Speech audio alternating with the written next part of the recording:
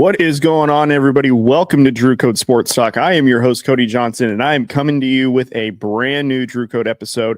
Thank you guys so much for tuning in. It has been a kind of a wild week here, and especially in the sports world with the NFL, NBA, life in general. So thank you guys so much for tuning in. If you guys can do me a favor, please go ahead and hit that subscribe button down below on the channel. We are literally three subscribers away from hitting 400, and then we'll be on to the next milestone.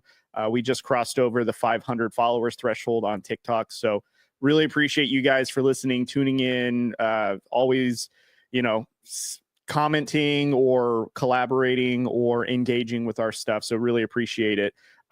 Thank you guys again. Can't stress that enough for all the love and support. And Drew and I have hit our 8 years doing this, and we started off as a funny little YouTube channel way back when, and now it is like this podcast where it's audio, video, and a lot more technical stuff than what we did originally. So really appreciate it, and really appreciate a lot of the content creators that we've become friends with along the way. So really appreciate that. So again, though, as I mentioned, please subscribe to the YouTube channel. Please follow us on all of our social medias.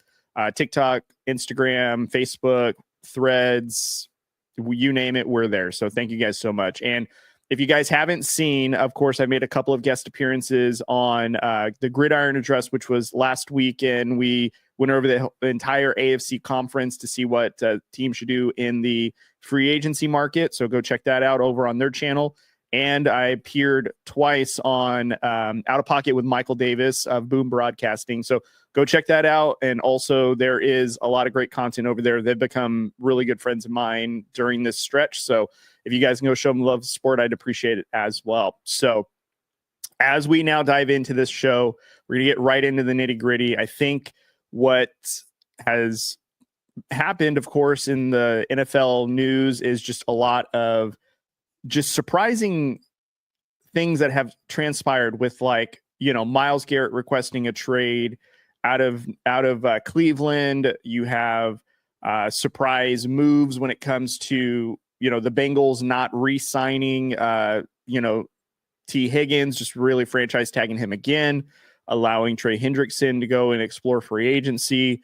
Also not so surprising news is, hearing Aaron Rodgers and Davante Adams are going to be let go from the Jets, which, sounds about accurate, and so on and so forth. And then, the Raiders, of course, which is Drew and I's team, we have been going through a bunch of emotions with the Raiders over the last few seasons, with head coaches being fired, not drafting a quarterback, starting quarterbacks, signing quarterbacks we probably shouldn't, to where we are today, where we have now in this offseason hired John Spytek, Pete Carroll, and now the news broke yesterday, which Drew has already done a video of, which is up on our channel currently, is the Raiders have acquired Geno Smith from the Seattle Seahawks for a third-round pick. Seattle has made a ton of additional other moves in terms of free agency. They've let go of Tyler Lockett already. Again, I just mentioned they traded Geno Smith. And DK Metcalf has requested a trade out of Seattle as well. So Seattle is going to look like a completely different football team when the regular season kicks off, if DK is no longer on the team. But kind of steering it back to the Raiders part of it, this, in my opinion, is something that I have been mentioning since we have signed Pete Carroll, that everyone was saying Russell Wilson is the quarterback, because of the connection with Pete Carroll back in the Seattle days. But there was just something about that I wasn't buying, because Pete Carroll and Seattle Seahawks allowed, a deal to get done where they sent off Russell Wilson to the Denver Broncos way back when, or not way back when, but about 3 seasons ago. And if there was a legit relationship there, that Pete Carroll would have died on this hill to keep Russell Wilson as his quarterback until the end of time, why did then Pete Carroll kind of allow, Seattle to trade away Russell Wilson? And then, of course, I think a lot of people and a lot of teams have seen that Russell Wilson, his first year with Denver, looked like a shell of himself, improved in Denver slightly in the second year with Sean Payton. And then, of course, with the year that he had with the Pittsburgh Steelers, he looked kind of vintage Russell Wilson, but more or less the same. Nothing too razzle dazzle, I would say. And, he looked fine. But again, as reports kind of grew that, Russell Wilson and Pete Carroll are connected, I just didn't buy it. In my opinion, the quarterback that I predicted was more tied to Pete Carroll, or more of a possibility, was in fact Geno Smith. A lot of that was because Seattle, on their last deal with Geno, are they going to want to pay an aging quarterback to stay on the team? I didn't think so. Pete Carroll was the head coach that took a chance to bring on Geno Smith when Geno Smith had failed stops in New York for both Jets and the Giants, and also in LA, or at the time San Diego Chargers. So Geno going to Seattle basically rejuvenated his career. So when Geno Smith started in place of Russell Wilson after he was traded, for multiple seasons, Geno Smith had thrown for over 4,000 yards. There was only one season where he didn't throw for more than 68%, I think, of his passing completions. In fact, last season, he threw for 70% completion. And sure, did he throw more interceptions last season than the previous seasons of him being a starter in Seattle? Yes. However, DK Metcalf was injured. Kenneth Walker III was also injured. Seattle doesn't have a great offensive line. So you have Geno Smith literally trying to just survive out there. So sure, with a little bit of looking through stats, is Geno the absolute best option that the Raiders had with information that we have about drafting other free agents? I don't know about the absolute best, but I think we can all agree that this is a significant upgrade from Geno Smith, from Aiden O'Connell. And I've seen some Raider content creators or other Raider fans, they're a little indifferent about this. They're not really liking it. It's not the quarterback for the future. And let me make this clear. I don't think Geno Smith is the quarterback of the future for the Raiders. I think he's the quarterback of the Raiders for the right now, for the moment, because even last episode, and also I sent out a video about this on our social media, so it's there. And I said this well before this trade happened, that Geno Smith would be a very good bridge quarterback for whatever rookie we decide to go after, whether that is Shedeur Sanders, Will Howard, Jackson Dart, Jalen Milroe, fill in the blank of whatever rookie quarterback that we might, take a chance on. And again, with Chip Kelly in this offense, it kind of fits the dynamic of what Geno Smith is, which is a mobile quarterback. He's got a strong arm and he can lead an offense. And with the whole fact of just having Pete Carroll there to guide him and mentor him, like, that is what has helped save Geno Smith in his career. And I think that's the confidence that has been instilled to catapult him to the success. And so I'm glad that the Raiders made this move. I am not ignorant to believe that Geno Smith is going to lead us to Super Bowl of any which way. Depending on who we do draft at quarterback, we're a season or two away from then even probably being ready to compete on the NFL stage against players like Patrick Mahomes, Justin Herbert, Bo Nix. Like, it's going to take time to do that. So why do we need to overpay for a Matthew Stafford? Why do we need to overpay for an Aaron Rodgers? That's why, in my opinion, like, this trade makes a lot of sense with not only the connection with Pete Carroll, but just what this could do for the team. We have a bunch of other things to address, of course, with this team. What are we doing for a number one receiver to really complement Brock Bowers? What are we doing to bolster the offensive line? Because Alex Kappa, it's an okay signing, but that's not nearly enough. What are the Raiders going to do? And I think now that they have a actual quarterback that's now on the roster that is more than competent enough to lead this team, whether it's to just even a winning season, a wild card season, a playoff season, like, in my opinion, like, this move just makes a lot of sense. And so it's no better of a mentor for whatever potential rookie quarterback that can come in than Geno Smith. And, and I'm sure this is not the last move that the Raiders will do. I would not be surprised if the Raiders also signed Tyler Lockett onto the team. Again, another Pete Carroll guy who was with Seattle for a lot of years. I would not be surprised if he's also on the team, which, hey, that's fine. He's an aging kind of a receiver. He's more of a locker room kind of guy. So I would not be surprised at that as well. And shout out to Jason Colenso. He actually just dropped his new 3 from Deep episode today on Saturday. I'm recording this on Saturday. And, he was DMing me on Instagram, and he sent me a Lakers logo that was colored out with the Seattle Seahawks colors, which I laughed at because that's exactly what we got when we had signed or hired Josh McDaniels, Dave Ziegler, and they brought in Jimmy G and Jacoby Myers and some other Patriot players. And yeah, I saw the same thing, and usually happens. Usually when teams bring in a new regime, a whole new regime, especially like one with Pete Carroll that is actually a successful coaching regime, he's got to bring in his guys, he's got to bring in his players because we got to build that culture and we got to start fast. You can't just start with nobody. You got to have people in there that have bought in, that could be the catalyst from behind the scenes, because obviously Pete Carroll's not going to be in every single meeting. He's not going to be in every single player's locker room. He's got to meet with those that are needed, but you definitely need players that are going to help facilitate and push the culture, and that's what Geno Smith will do, and that's also what Tyler Lockett could potentially be if the Raiders do sign him. Again, I don't know if he will sign. Tyler Lockett may walk away from the NFL. I don't know, but there is a little bit of reporting that the Raiders and Tyler Lockett are kind of connected in that sort of way. So with the Raiders now signing, of course, trading for Geno Smith. And now the question is, what do we do with the 6th pick? Because before, a lot of Raider Nation, before we had really now a quarterback on the roster, we were looking at, could we trade up to get like a Cam Ward or Shedeur Sanders? Should we, what are we going to do with the 6th pick? What are we going to do to address the quarterback? And I think all things can be true with the 6th pick.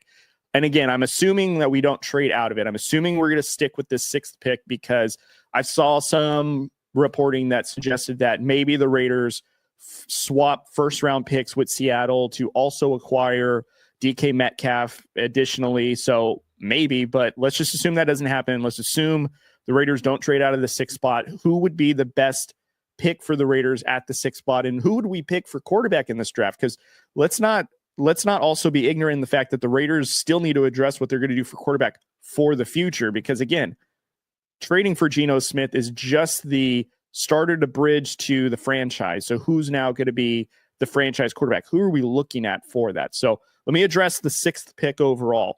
I think a couple of things would be very, very interesting in this draft if they fall a certain way.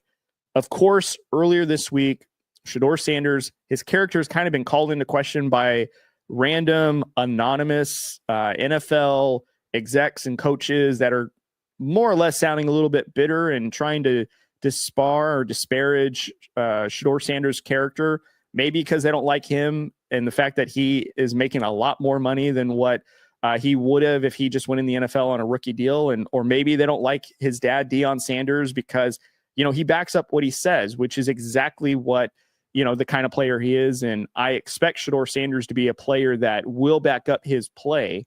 And so you got some execs and some other people within the NFL, again, remaining anonymous, kind of, taking character shots at Shedeur. And it's now, maybe it takes some teams and it makes them a bit weary of who Shedeur Sanders could be as a player and as a teammate, so on and so forth. So that begs the question then, if Shedeur Sanders falls to number 6 to the Raiders, should the Raiders still draft Shedeur Sanders, even though they just acquired Geno Smith?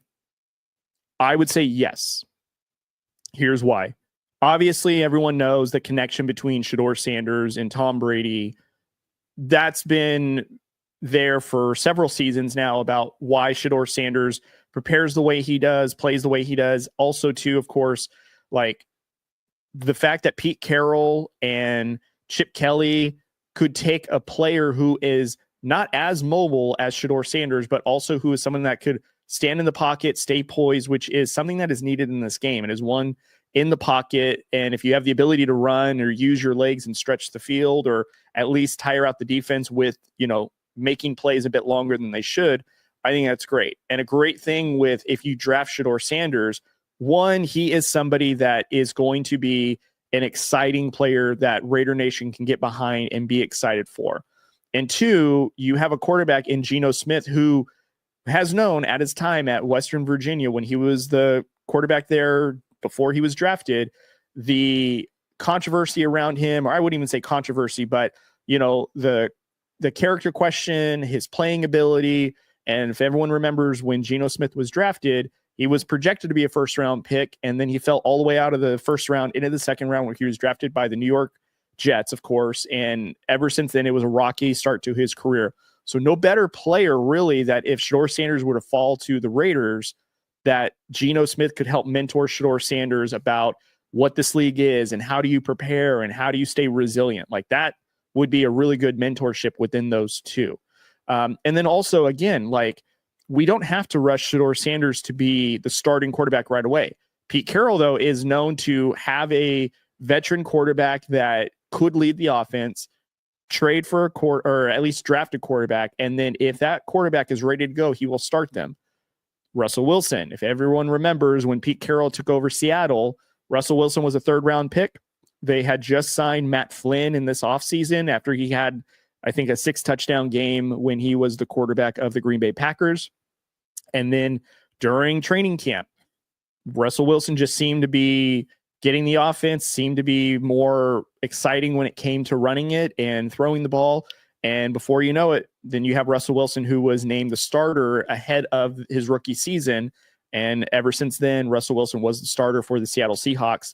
And again, Pete Carroll, if he has to make that decision, he will. And I believe that I would trust Pete Carroll to facilitate like having a Shedeur Sanders and having a Geno Smith and the competitiveness that those two would have and what that could bring to the Raiders when it comes to quarterback competition. And also just understanding that Geno Smith is going to stay prepared as if he's the guy and Shedeur Sanders is going to strive for that. But there's also no pressure for Shedeur Sanders to start day one. He could very much just be a rookie. See how the speed of the game is. Let's get you familiar with how a playbook runs, how a professional offense looks, like getting him acclimated to that, giving him time rather than throwing him into the fire if he's not ready. So that's what I think would be interesting if the Raiders do get Shedeur Sanders at number 6. I think that there are some teams that would be willing to draft Shedeur Sanders immediately over the Raiders. Like the Giants are a team that Shedeur Sanders could go to immediately. I would not be surprised if the Cleveland Browns, Tennessee Titans, I wouldn't say the Patriots. I think they're looking for more defense. Who knows what team might also make a trade to get ahead of the Raiders, or maybe the Raiders just trade back. Who knows? But I do think that if Shedeur Sanders does fall to us at 6, that's an interesting pick. But let's assume Shedeur Sanders is off the board and Cam Ward, Shedeur Sanders are gone, and now we have the 6th pick. What do we do with it? I think a method that worked well for us last season when we had the 13th pick is we went with best available player. We got Brock Bowers.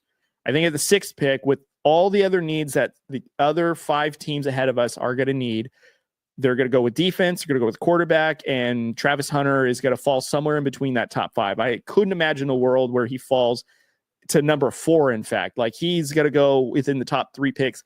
Wouldn't be surprised if it was a top 2 pick. Like, it's a realistic expectation or reality of that happening. But with our 6th pick for the Raiders, assuming, again, there's no quarterback that we're willing to take in the first round off the board, I think Ashton Jeanty would be a very good pick because Pete Carroll wants to run the ball. Chip Kelly is going to want to run the ball, and he's going to need a fast offense. He's going to need a fast running back that's big and strong and built to go in between the tackles, break away from the outside.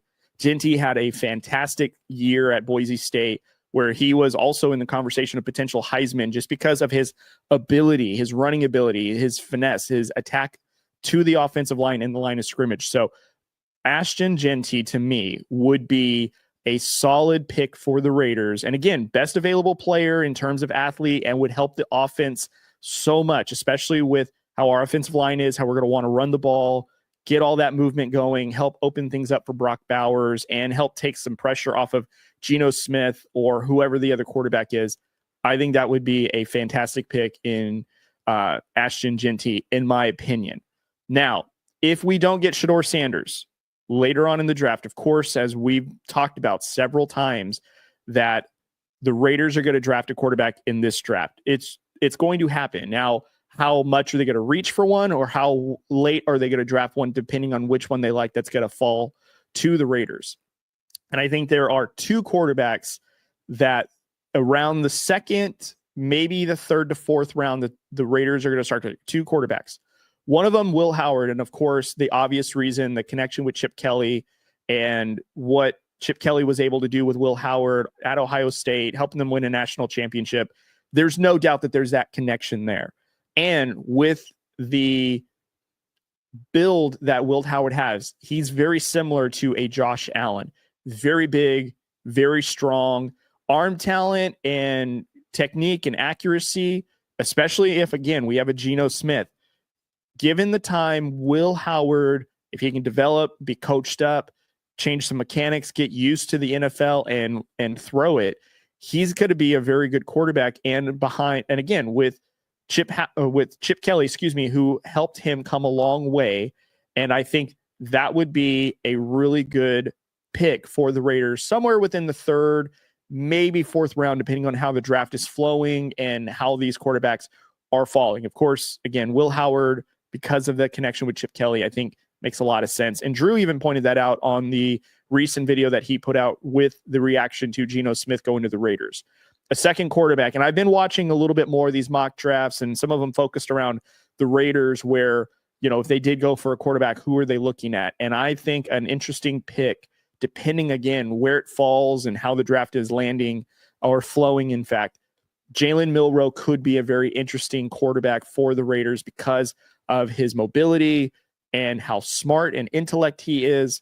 And also, too, again, he doesn't have to be a starter right off the bat. He could have time to develop, work on his mechanics, work on reading a playbook and getting really all that information into where he then could step into a situation where he's ready to go. A player that he reminds me of, and I'm not going to say it's a direct parallel. Now, granted, in terms of size and stature, kind of similar, but in terms of very similar in the sense of the expectations when they were both drafted and where one of them is at now, I could see Jalen Milroe being similar to how the path of Jalen Hurts was.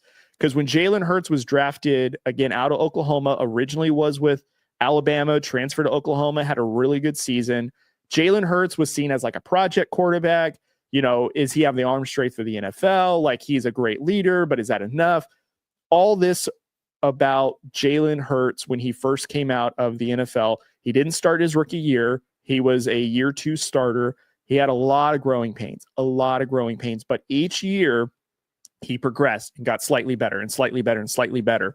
And to now, Jalen Hurts, again, Super Bowl winning quarterback, Super Bowl MVP winner as well.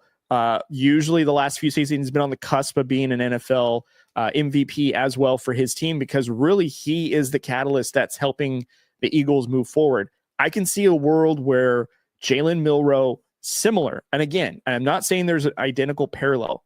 They're similar, very similar builds, similar situation where questioning the arm talent, questioning whether or not that he can play in the NFL or make all the throws.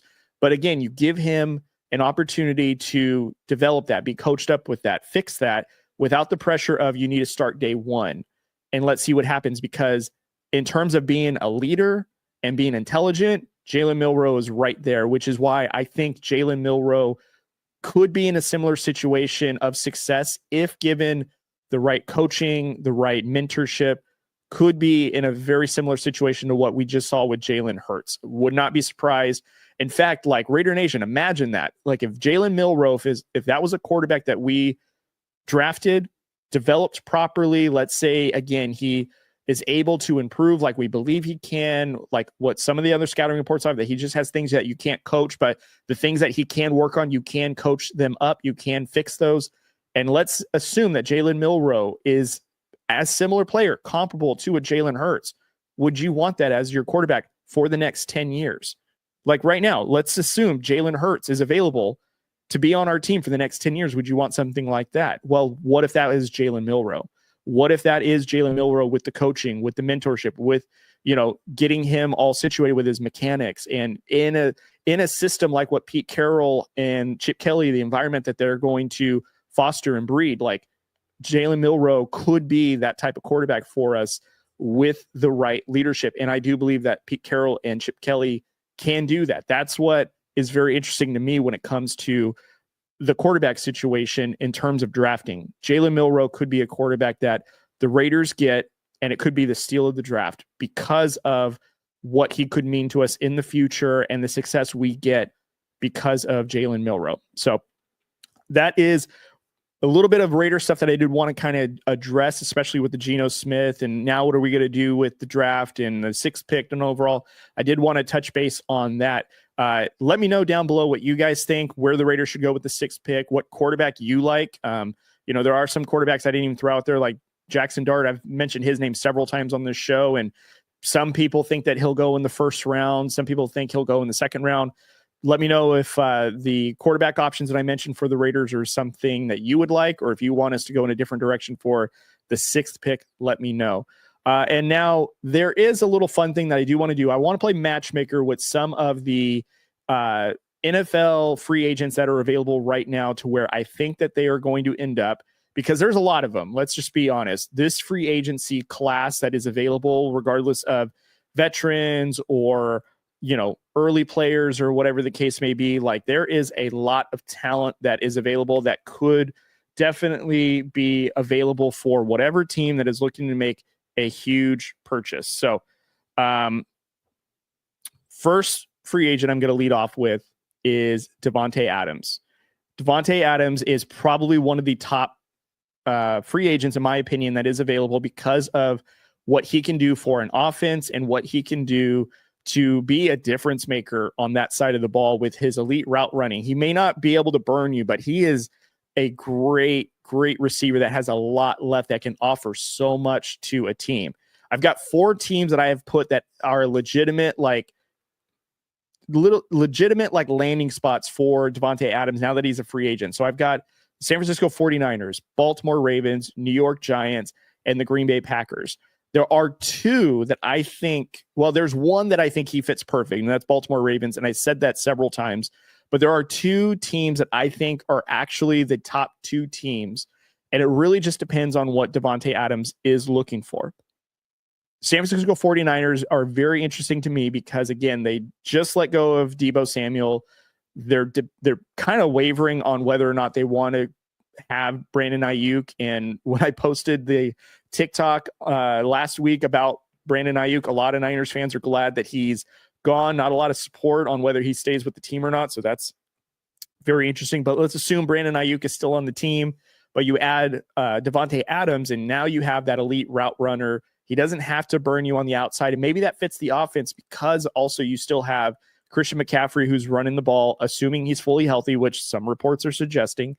I think that's a very interesting destination. And he returns to California, which is where he is originally from and grew up. Now, granted, he grew up a Raiders fan, but still, Davante Adams grew up in Palo Alto. Being in San Francisco, really not that far of a distance. And very interesting for him to come back to California. That's a realistic possibility. The second place, I think, is very, very interesting, which, in my opinion, I would lean towards it's probably on the table to happen more than people think. And that's the New York Giants. And the reason why is because of Aaron Rodgers. Aaron Rodgers' quarterback market is very small at the moment. There's really one team that I can see or 2 teams. And ironically enough, Aaron Rodgers is the second player that I have on my list here. So I can talk about Aaron Rodgers and put a bow on Davante Adams. I think the Giants and Steelers would be in the market for Aaron Rodgers in terms of quarterback. But I think ultimately Aaron Rodgers will go with New York because he's still there. He's very familiar. He loves the New York market from what it sounds like. And they are desperate for a quarterback to come in and lead that team. Whereas the Steelers, they are still depending or wavering on whether or not they want to have Justin Fields, whether or not they want to bring in Russell Wilson. I think Aaron Rodgers going to the New York Giants, makes the most sense. And I think because of that, and again, with Davante Adams and Aaron Rodgers, their connection, there's a world where Davante Adams will follow Aaron Rodgers again to go to the New York Giants. And I think, honestly, having that pair next to Malik Neighbors may not be a bad idea. And truthfully, it would be exciting enough for them not to be as bad as they looked this past season, because now they have a comparable quarterback. Offensive line, they got to get a lot better at, which they'll probably do in the draft. But again, you have Davante Adams, you have Malik Neighbors, you have Aaron Rodgers on the field. I think that would be very interesting and very exciting for the New York Giants. Does that make them a playoff team or a wild card team? No. But that makes them more exciting than what they look like with Tommy Cutlets and Daniel Jones, who's now no longer on the team. And also it might help that fan base feel a little bit better after getting rid of Saquon Barkley, because at least the team may look competitive within games and not just outright lose in embarrassing fashion every week. So that's what I have for those two. I think the Giants for both Davante Adams and Aaron Rodgers is on the table, and it's a realistic possibility. The third free agent I have is Stefan Diggs. I have 3 teams that really could use Stefan Diggs. And again, as a reminder, Stefan Diggs did tear his ACL, I want to say week 8 of this past season. Steelers, Baltimore Ravens, LA Chargers. And if there was a team that I felt like could probably use Stefan Diggs the most and actually would offer the best opportunity, the LA Chargers. And I hate to say that because, again, as a Raiders fan, if it were up to me, all the other AFC West teams could never sign another free agent, make me happy, because I don't want to make them any better.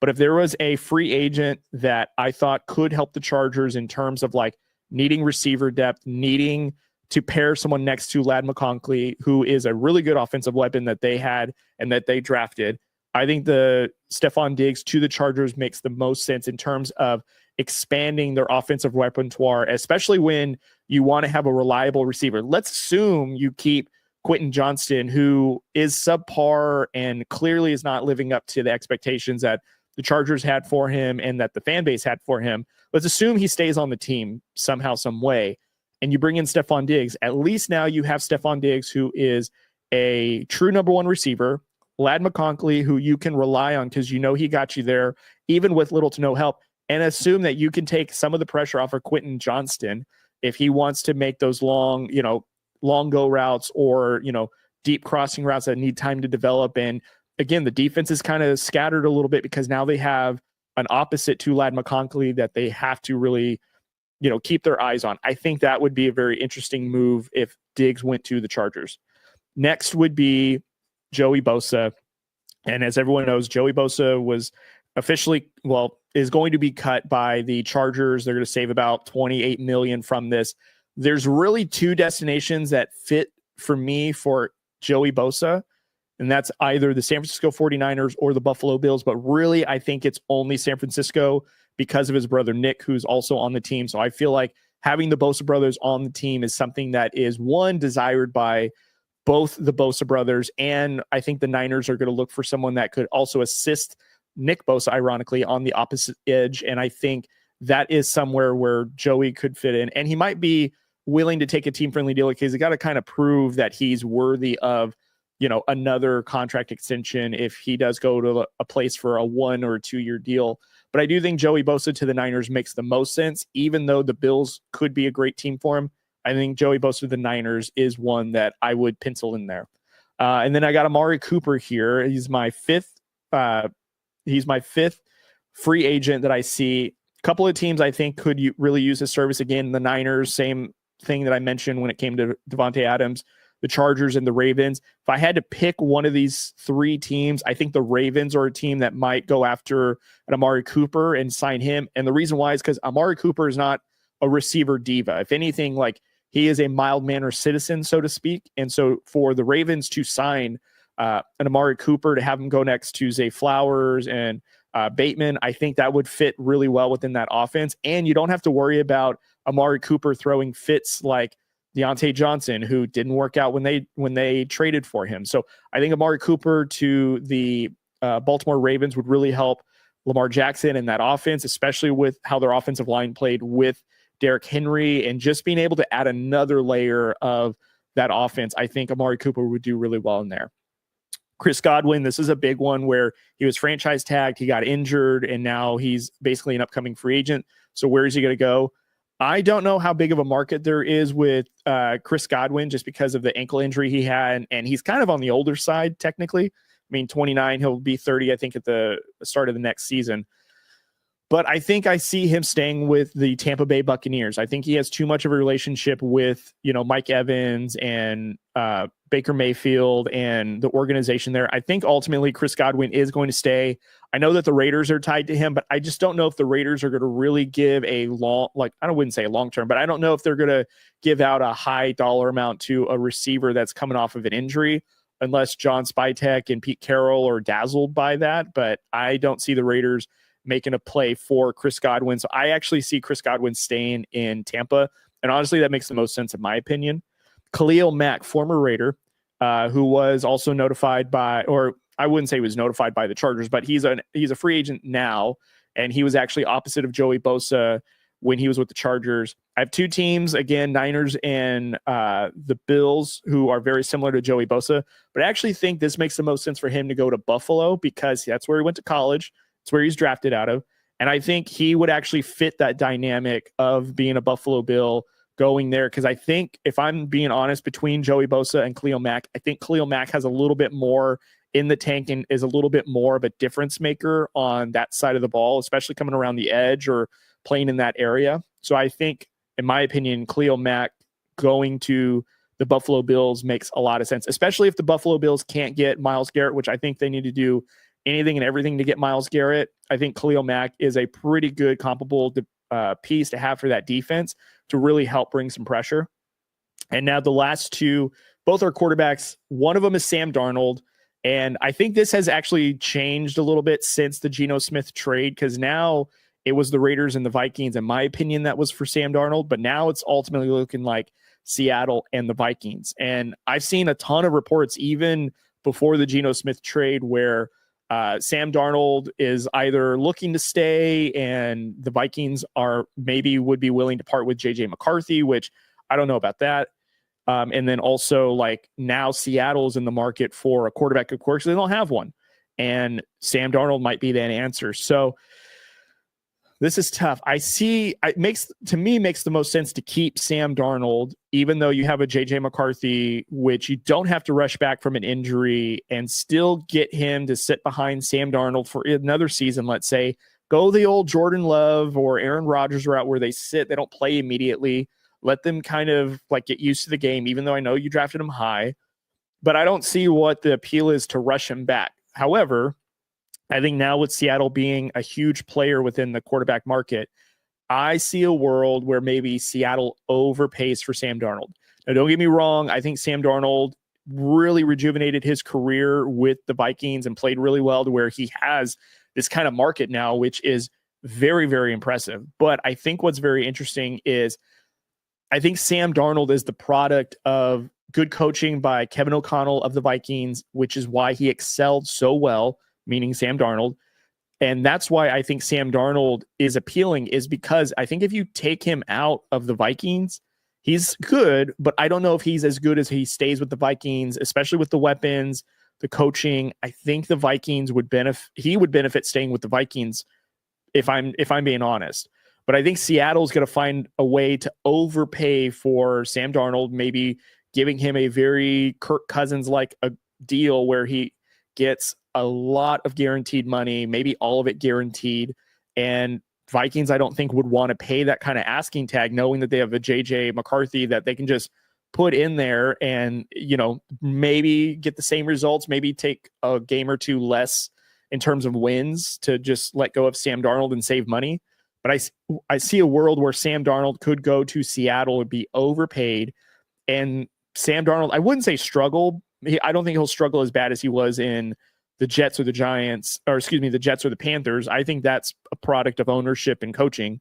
But I see a world where Sam Darnold maybe looks a lot more human than people realize, because Sam Darnold with Kevin O'Connell, that was the magic. It wasn't Kevin O'Connell alone. It wasn't Sam Darnold alone. It was the two of them. It was Sam Darnold needed Kevin O'Connell. Kevin O'Connell was able to find a way to get the best out of Sam Darnold, which is why they had such good success. And I think Sam Darnold going to Seattle, which is what I predict, I think it takes a step back. And also, Seattle doesn't have an offensive line. They're going to probably not have DK Metcalf. So now what receiving core is it going to look like with Sam Darnold, where Sam Darnold has Jordan Addison, Justin Jefferson, I think CJ Osborne. Like, he has a lot more weapons over on the Vikings. So why would he go unless it is for a higher payday, which is very much what Seattle could do. Last quarterback, Justin Fields. Three teams, I think, against Seattle would be probably top of the list of teams that would want to acquire or have a Justin Fields. Would be a younger version of a Geno Smith. Pittsburgh Steelers, of course, they need a quarterback, and Justin Fields was on their last season. Do the Steelers commit to Justin Fields? Not long term, but a contract extension to keep him on there for a few more seasons. and the Indianapolis Colts. I mentioned this on the Gridiron Address last week that the Colts are probably a team that's looking to get a quarterback. Daniel Jones would be one. I could see them being in the market for Justin Fields.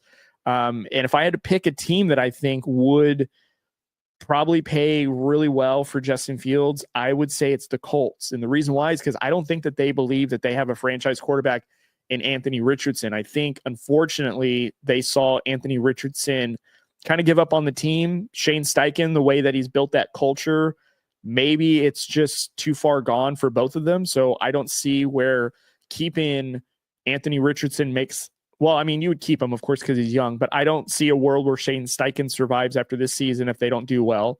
And I think, too, you just get Justin Fields to have, like, just another backup that can serve in the NFL, can serve your playbook by being mobile and being on time with throws. And, you know, Anthony Richardson just is an inaccurate quarterback that's a freak athlete, no doubt.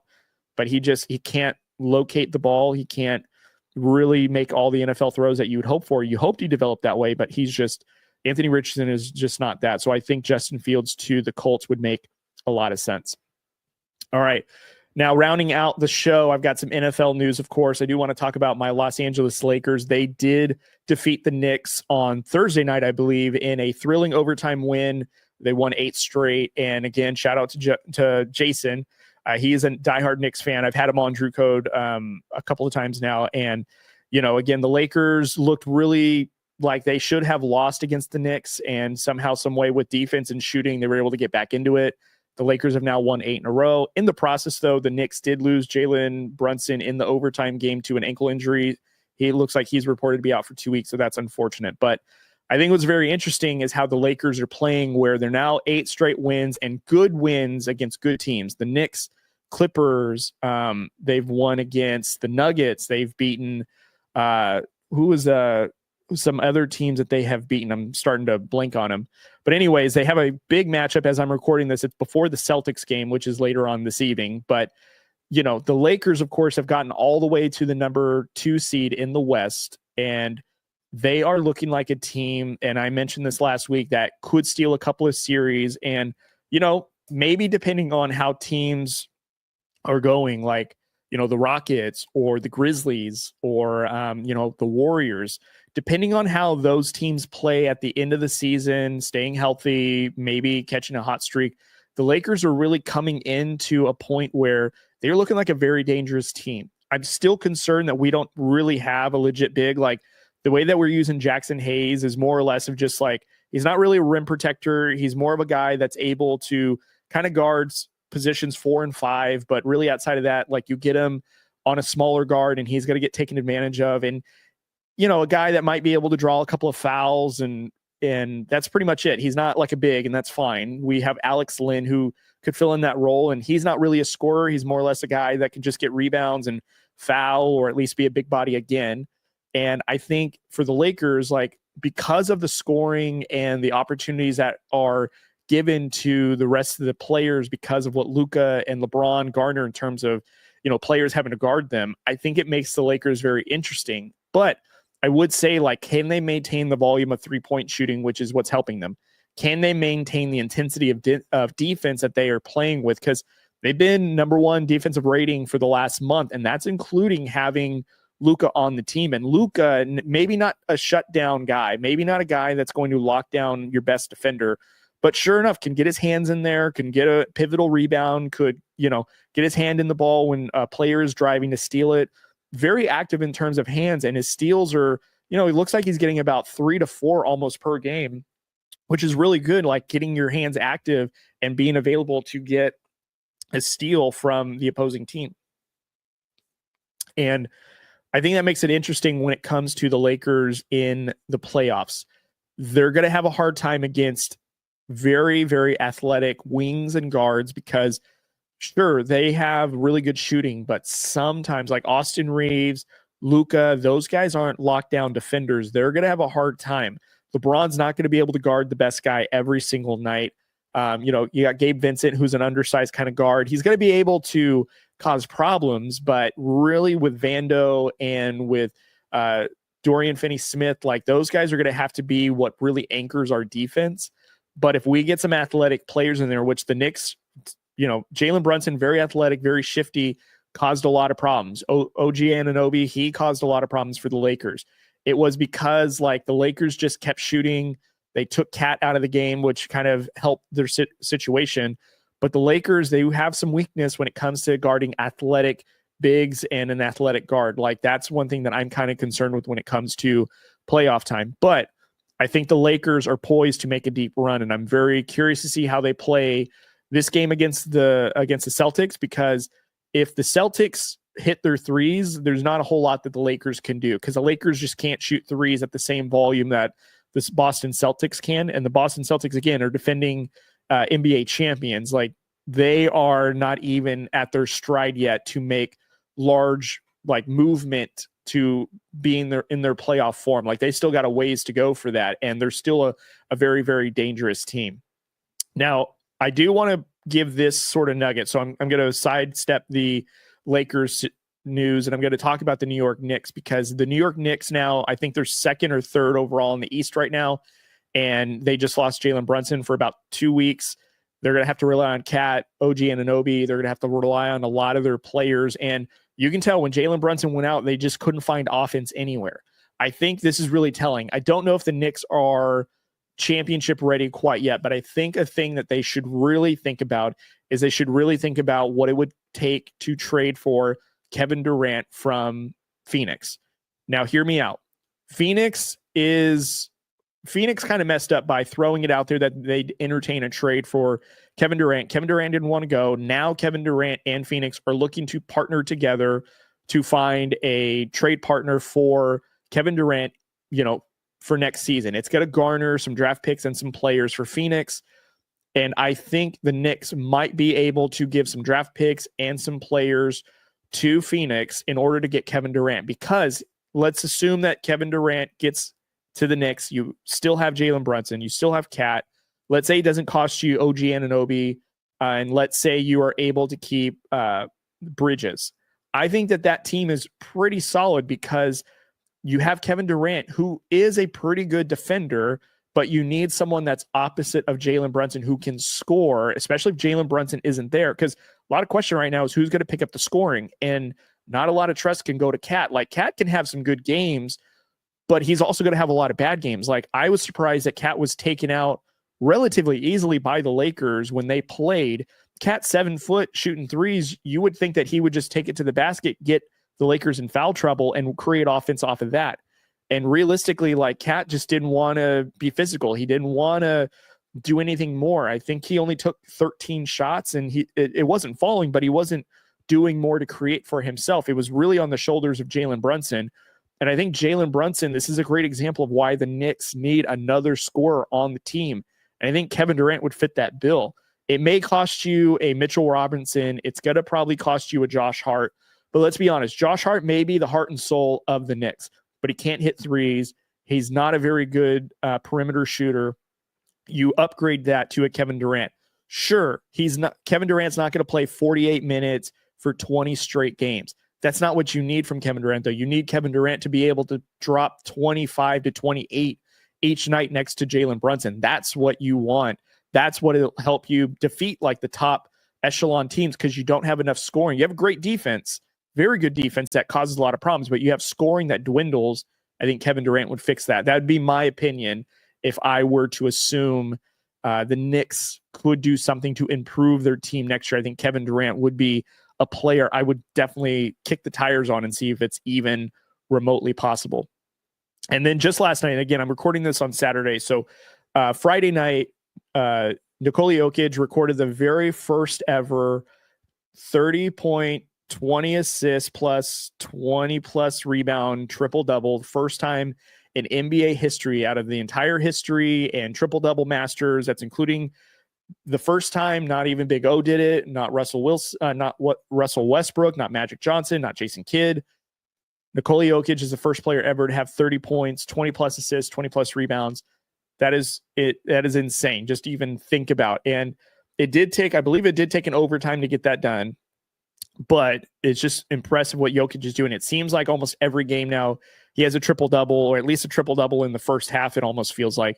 And Nikola Jokic right now is averaging almost 29 points. It's like 28.9. So might as well be 29 points, almost 13 rebounds, 10 assists, averaging a triple-double right now this season. And he is potentially the front runner for the MVP. Now, I know Shai Gilgeous-Alexander is on there, Nikola Jokic, as we just talked about. I would even put LeBron within the top 5 to even top 3. I think LeBron at his age, at 40 years old, is doing something, of course, we'll never see again, I don't think. And it's just impressive to even think about. It feels like since the Luka trade, LeBron has gotten even better. I'm curious to see what LeBron does come the later part of the season, come May and June when it's playoff time, getting into the NBA Finals, how he takes care of his body. Maybe he leans on Luka a little bit more because Luka's a lot younger. And I can see this competitiveness in Luka just kind of getting fiery, knowing that the Lakers are into something magical. But no doubt, though, Nikola Jokic is doing something that is extremely impressive and could be, again, looking for another MVP type of season. I know Shai Gilgeous is doing his best to kind of get there. And right now, Shai Gilgeous is on the Thunder trying to get them the best record in the NBA. But no doubt with like value, like what team needs their guys the most? Sure, like the Thunder with Shai Gilgeous, that's very, very important. But what Jokic is doing right now on the Nuggets is really keeping them relevant. And if it wasn't for Jokic, Nuggets might not even be a play-in team with how they've been playing and orchestrating. And I think it does need to be recognized that LeBron is somewhere within the top 3 to 5 in terms of MVP candidates right now in the NBA for the Lakers, just because of what he's doing at his age. And I think it's extremely, extremely impressive. So, and then a couple other things here is the Warriors are now 10-2 since the Jimmy Butler trade, and how big of a threat are they in the West? I think it's very interesting because I went and saw a Warriors and Lakers game. This was in January, and this was pre-Jimmy Butler trade, and you can tell that the Warriors needed something more than just Steph Curry. Steph Curry was really the only offense they had, and the Lakers were actually able to neutralize him during this game.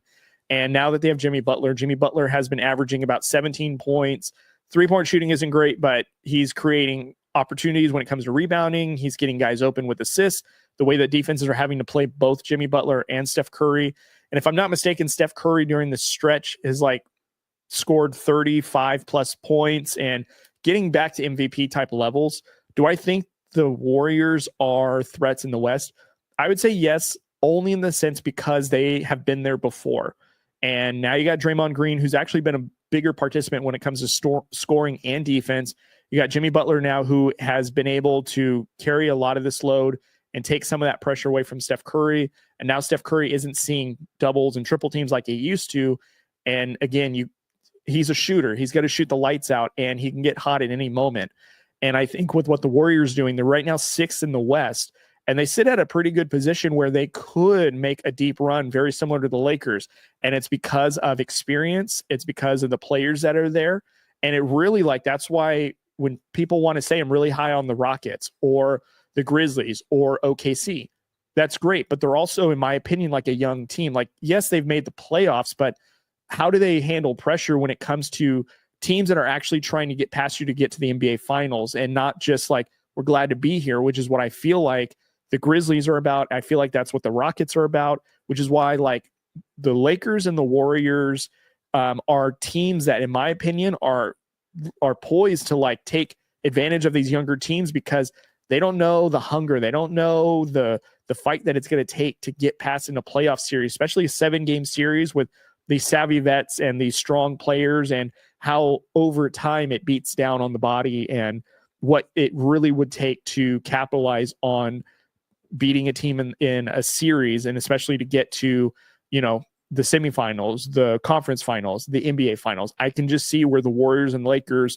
I don't know, it would take it would be an interesting setting, but them having like a semifinals matchup would be a realistic possibility. Also depends on like seedings and all that in between, but it would be very interesting to see how far the Warriors can go. And I think they should be a considered threat in the West. I don't think they're going to win it all, but I think that they could knock out some higher seeded teams. Like, I wouldn't be surprised if maybe they knock the Nuggets out. Nuggets, I think right now are 3rd in the West. I wouldn't be surprised if the playoffs started today. You have the Warriors and the Nuggets. Granted, they don't have an answer for Jokic, which would be a big thing, but with Jimmy Butler and and Stephen Curry, they might be able to shoot enough to where they can distance themselves from the Nuggets. And I think that's very, very interesting. If not, they'll wear out the Nuggets for whoever they got to play following that.